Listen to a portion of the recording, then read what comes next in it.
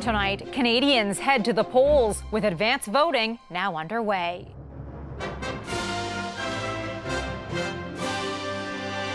Casting a ballot in the 45th general election. It's quite busy actually at this particular poll. This year I think it's important. What party leaders are pitching following high-profile debates? A stray bullet and a shattered community, the young student, an innocent bystander. Tragically lost her life because some thugs picked up a gun. And an increased appetite to head overseas, how shifting summer schedules may help your travel budget. We don't even want to go there now, it's just a turn off, so we're going to go to England instead. Also, what's front and center for voters in the Fraser Valley. Plus, trying to keep a Canadian landmark from going extinct. It's breathtaking. It is bigger than you could actually even imagine. The dino dilemma surrounding Alberta's famed T-Rex. This is the favorite dinosaur place for my son.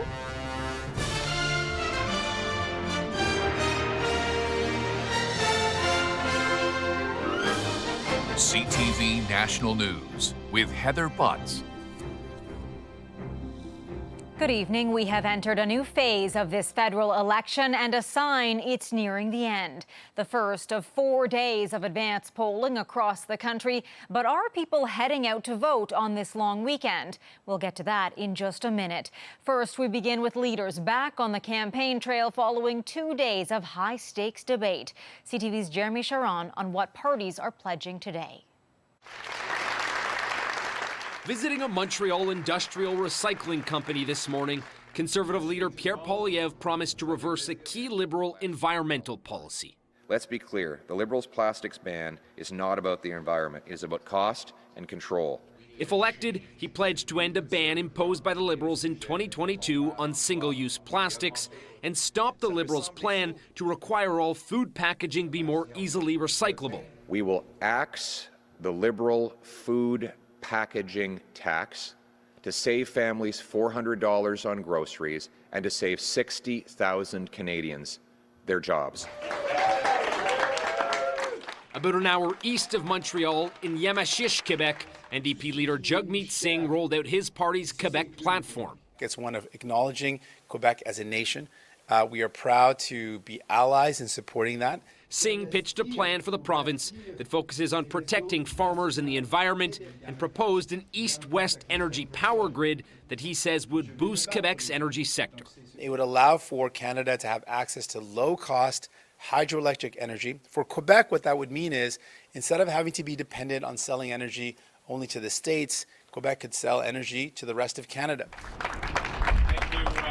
Liberal leader Mark Carney was the only one to leave Quebec today, making his way instead to Niagara Falls, where he focused on Canada-US economic tensions, but made no new policy announcement. Instead, promised to present his party's platform tomorrow. And our task over the next weeks, months, and years is to think big and to act bigger. That's what my government's platform, our strategy, our plan will do. The latest Nanos polling has the Liberals up 8 points over the Conservatives, but that doesn't yet reflect any impact the debates may have had. That should come Tuesday. Heather? All right, Jeremy, thank you. With the Liberal leader in a border city today, Mark Carney is back to campaigning on the issue of Canada-US relations. CTV's Mike LeCouture on the additional question of relationships within our own country. After 2 debates where he was the main target, Liberal leader Mark Carney is looking to refocus his campaign back onto who is the best leader to lead negotiations with U.S. President Donald Trump. To underscore that point, he began his day on the border in Niagara Falls, saying that the trade war will impact that town more than others. The riding has been conservative for 21 years, but the Liberals believe they can flip it because of how people see their relationship changing with the United States. While speaking to reporters, Carney said that relationship, as we know it, is over. However, he put a semi-positive spin on it, saying, quote, "It will be better than it was, but we'll never go back to the way that it was." He's trying to prove to Canadians that he is the only one who can help guide Canada through this crisis. While saying that the U.S. is divided, Carney claimed Canada is uniting. That's despite a recent Nanos survey showing that 32% of Canadians believe talk of Western sovereignty should be taken seriously. Asked about it today, the Liberal leader said this. There is a shared sense of purpose. There is a dynamic that's there. There's a lot to build on.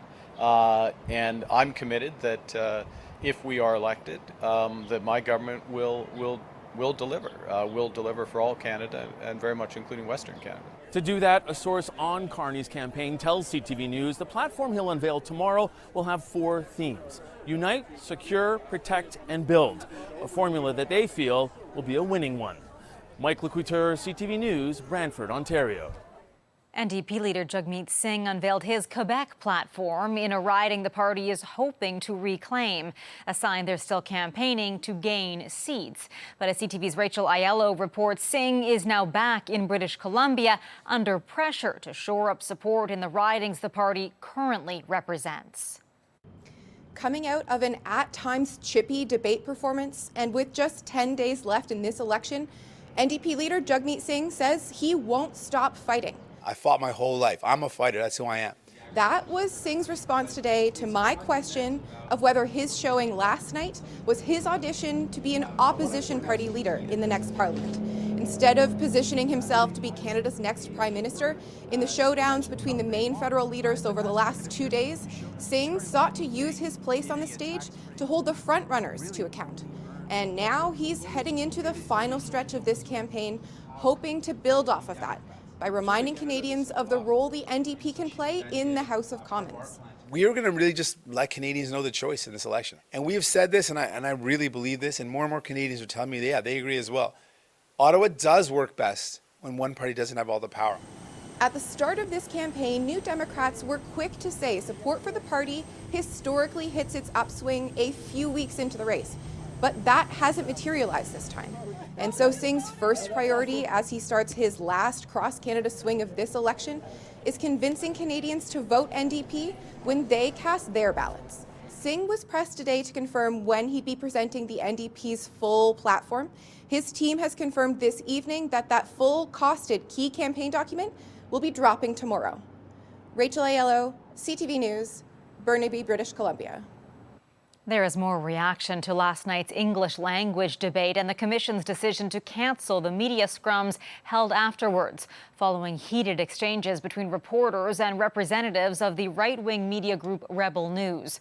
Mark Carney today said there is value in having an independent body run the debates and for leaders to take questions after. It is absolutely right and necessary and appropriate. It's not to, after the debate, to take your questions, and that couldn't happen last night, that was, I regret that. Bloc Québécois leader much more harsh in his assessment of the consortium in charge of the debate.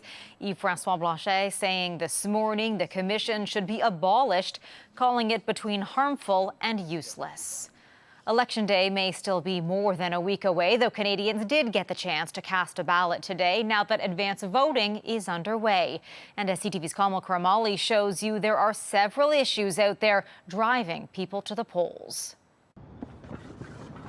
The doors are open and voters, this is an important election, are now casting their ballots at polling stations across the country, from Toronto. I just think it's a great way to use my free day. To Regina. It's quite busy, actually, at this particular poll. To Calgary. I'm just really concerned. It's such a tight race. In fact, in recent years, a growing number of voters have been showing up for advance voting. And it's really been in the last probably 3, maybe 4 elections that we have seen just a continued and very steady increase. In the last federal election, roughly 1/3 of ballots were cast before Election Day. That gives a huge amount of flexibility to people. Even then, overall voting in past years has been lower than expected. Historically, voter turnout for federal elections was pretty high from the 50s onwards, nearly hitting 80% in some years, but started plummeting in the late 90s, even dropping below 60% in 2008. Last election in 2021, just over 62% of the population cast a ballot. Part of the problem, the youth voter turnout has been low. We are making it difficult for young people to get to the polls. Partly because of Meta's social media ban on Canadian news. So what are you seeing when it comes to the youth vote? 50% of the young people we talk to don't know a federal election is even happening. But it might not be too late for this election. But this year I think it's important. A U.S. trade war looming large seems to have jolted more voters into action. Given the weight of everything, I would think that the turnout will probably be higher. Advanced polls are open until Monday, and your last chance to vote before Election Day is on Tuesday. That's the final day to submit a mail-in ballot. Heather. Kamal, thank you. Coming up on CTV National News, I'm Andrew Johnson in BC's Fraser Valley, where this federal election, climate change is front and center. The federal government let us down. We'll find out what else is moving voters tonight on CTV National News. A Canadian musician is facing charges tonight in California.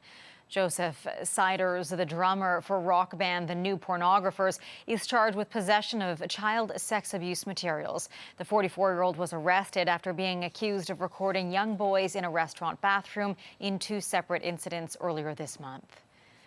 A shocking story emerging out of southern Ontario tonight. A shootout in the city of Hamilton has left a bystander dead and a family in 2 nations mourning their shocking loss. CTV's John Musselman has the tragic details. Hamilton police say a gunman in the passenger seat of a black SUV fired multiple shots at 2 people inside a white sedan. It happened near this small plaza around 7:30 last night. Standing across the street at a bus stop was 21-year-old Harsimrat Randhawa, a student at Mohawk College. She was hit in the chest by a stray bullet. This neighbor saw police performing CPR. The body on the floor, she was injuring, and the policeman was trying to save CPR. The international student from India was rushed to a hospital, but she did not survive. Hamilton Police Chief Frank Bergen calls this a brazen and senseless killing of an innocent young woman. I would like to extend my condolences to Harsimrat's family. This is a young girl who had her whole life ahead of her and was tragically lost her life because some thugs picked up a gun. Police say they are reviewing surveillance video. The 2 vehicles involved in this confrontation took off in opposite directions. The motive for the shooting is under investigation. This is a busy area with commercial businesses and homes on both sides of the street. So we're still actively trying to obtain video in the area and interviewing witnesses. So we'll have a better idea once we can get through all that video. But we do know that the 2 cars engage at this intersection. And then during that engagement, shots are fired from the black Mercedes towards the white car. And tragically, one of those rounds went across the street. Another round also went a fair distance over some structures and hit the back window of a home on Allenby. And luckily those people, they were home and they were only a few feet away from that window. But the bullet did not penetrate all the way into the residence and they weren't hurt in the incident. It's extremely unsettling for a community that people who feel that they can just carelessly, recklessly pick up a gun and then start shooting. Your word brazen is absolutely accurate. I've had the opportunity to speak with the mayor and she shares that sentiment. This is not acceptable. Police say they have been in contact with the victim's family in India. She also has extended family living in the Toronto area. The victim was in the occupational therapy program at Mohawk. A spokesman for the college said, quote, "We are deeply saddened to learn of the tragic death of one of our students on Thursday evening. Our thoughts are with her family and friends at this difficult time.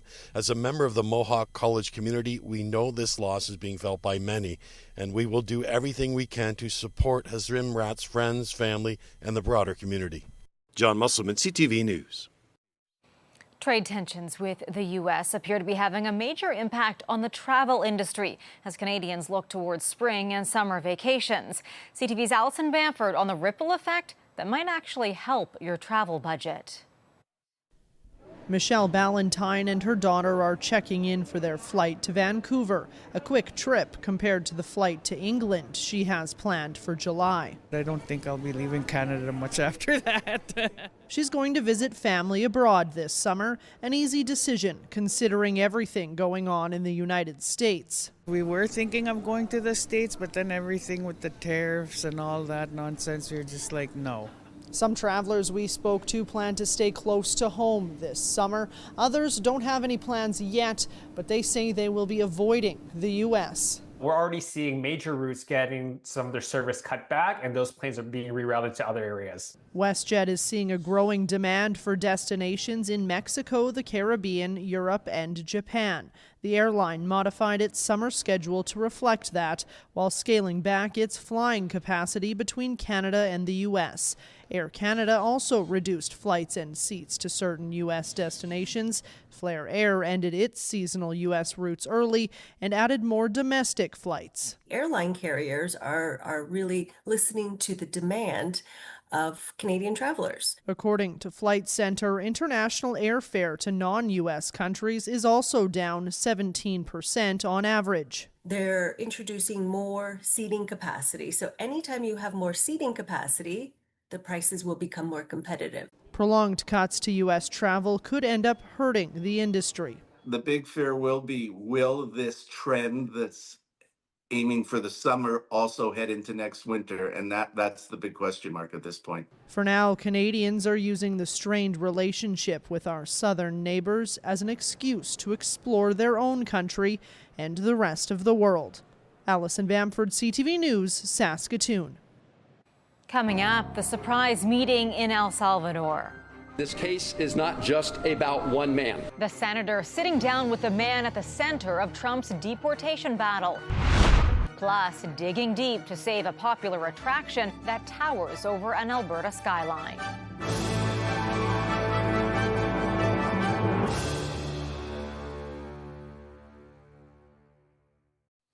America's top U.S. diplomat says Washington's patience is running out on efforts to secure a peace deal between Ukraine and Russia. We're not going to continue with this endeavor for weeks and months on end. So we need to determine very quickly now, and I'm talking about in a matter of days, whether or not this is doable over the next few weeks. Marco Rubio's comments come as Russia launched another airstrike on Ukraine's northeastern city of Kharkiv. The strike killed one person and injured more than 100 others. U.S. Senator Chris Van Hollen has released a photo of his meeting with Kilmar Albrego Garcia. He was deported by the U.S. and sent to a prison in El Salvador last month. Van Hollen says Garcia has been traumatized by the experience. This case is not just about one man. It's about protecting the constitutional rights of everybody who resides in the United States. The U.S. Justice Department says Garcia was mistakenly deported, and the Supreme Court has ordered the government to facilitate his return. The White House says he will not be coming back. There were solemn observances around the world today for the Christian holiday of Good Friday. In Israel, thousands of faithful sang hymns and carried wooden crosses as they made their way through the narrow streets of Old Jerusalem. The procession follows the path Christians believe Jesus Christ took on the way to his crucifixion. Still ahead, trying to prevent a dino disaster. Why this beloved Canadian landmark could wind up as history.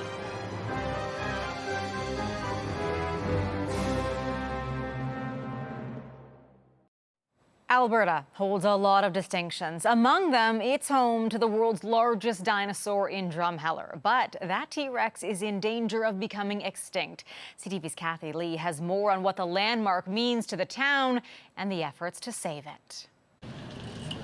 This Jurassic giant is a roaring success. This place is actually pretty close to our heart. Like our little guy is super excited about dinosaurs. Affectionately called Tyra, the world's largest dinosaur has been a staple of Drumheller's skyline for 25 years, drawing in 150,000 tourists annually. We're over from Ireland for 2 weeks. It's breathtaking. It is bigger than you could actually even imagine. The structure is 25 meters high, 4 times that of a real T-Rex, and made of fiberglass and steel. Last month, the Chamber of Commerce announced it would dismantle the T-Rex in 4 years when its lease on the land ends. The news sparked public outcry. I was a little sad after hearing that because this is a really special place. It takes us high up to the mouth of the dinosaur. This local businessman launched a petition to save the iconic statue, which has more than 23,000 signatures. And now the chamber, the town, and Travel Drumheller are trying to find a way to save it. I think it was a huge win. AJ Fry says Tyra draws in tourists to the town's core, benefiting many businesses. Everybody stops here, they do their thing, they park their car, they go get some ice cream, they walk up the street and hang out with the dinosaurs that are all over the place. If that all of a sudden just drove right off to the Tyrrell Museum, I think the impact would be extraordinary. The working group will identify strategic next steps. First up, evaluating just how long the structure's materials can last. The new development, a relief for the dino fans. Even if you're not here for the dinosaur museum, you still come here to see the giant dinosaur. And hopefully for many, many more years to come. Kathy Lee, CTV News, Drumheller, Alberta.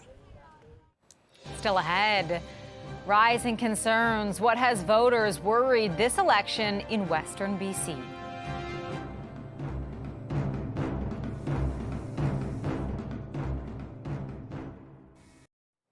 In the countdown to Election Day, we're taking a closer look at communities across Canada. Tonight, we bring you to Abbotsford in BC's Fraser Valley. Here's Andrew Johnson on what matters most to voters there. Surrounding the city of Abbotsford, you'll find two floodplains, some of the most productive farmland in the country, and Highway 1, a vital supply chain connecting the Port of Vancouver to the rest of the country. Understanding the importance of that piece of real estate is very important to us. In 2021, it was all underwater. Record rainfall led to catastrophic flooding that devastated farms, killed thousands of animals, and closed the highway. 3.5 years later, the mayor says dikes still have to be built higher and the region needs a second pump station after a request for federal funding was rejected. We knew what we needed to do. The province backed us, but the federal government let us down. That's like hip height to me. The day water overtook the family-run Meyer dairy farm still feels fresh. It was scary as a mom to have my kids in the house. Was terrifying for me.